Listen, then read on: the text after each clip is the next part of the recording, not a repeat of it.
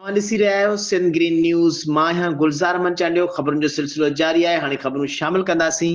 लाड़काणे खां जावेद पीरज़ादे जी रिपोर्ट मुताबिक़ chief secretary Sindh Asif Haider Shah commissioner office Larkana में आला सतह इजलास जी सदारत बैदि मीडिया सां ॻाल्हाईंदे चयो आहे त chairman Pakistan Peoples Party Bilawal Bhutto Zardari ऐं वॾे वज़ीर सैयद मुराद अली शाह जी हिदायतुनि ते अॼु लाड़काणे अचण जो मक़सदु सिहत जी सहूलियतुनि ऐं शहर जे मसइलनि तोड़े तरक़ियाती कमनि जो जाइज़ो वठणु हो।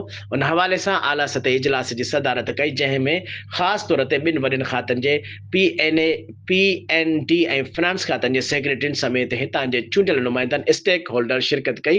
ADP में 400 खां 500 स्कीमूं आहिनि, तंहिं करे असां समूरनि स्कीमुनि जो जाइज़ो वरितो आहे। हुन चयो त शहीद मोहतरमा बेनज़ीर भुट्टो मेडिकल यूनिवर्सिटी जा कुझु मसइला हुआ जिन खे ॾिठोसीं ऐं उन्हनि मसइलनि जो हल कढियो आहे त एडमिनिस्ट्रेशन ब्लॉक, मुख़्तलिफ़ टीचिंग साइट ऐं हॉस्टल, कैंटीन ऐं स्टेडियम जा रहियल कम थी सघनि।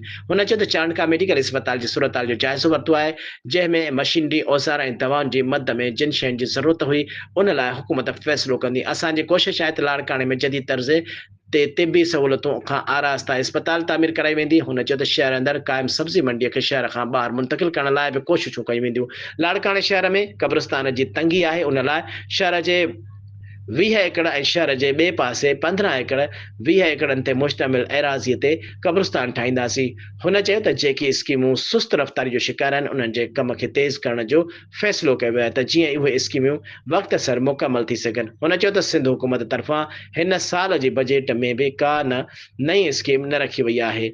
ॿोॾि मुतासिरनि जे घरनि वारो वॾो प्रोजेक्ट हली रहियो आहे, जंहिं तहत ॿोॾि मुतासिरनि खे घर ठाहे ॾिना पिया वञनि।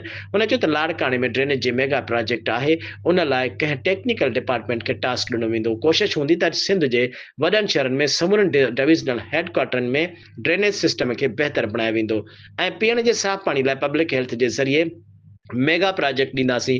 हुन चयो त सिंध हुकूमत सरकारी नौकिरी ॾियण लाइ 5 सालनि जी रिआयत ॾेई चुकी आहे ऐं 15 सालनि वारी रिआयत ते सुप्रीम कोर्ट पाबंदी मणे छॾी आहे। उहो मामिलो अदालत जो आहे, तंहिं करे उन ते वधीक तबसरो करणु नथो करे सघिजे।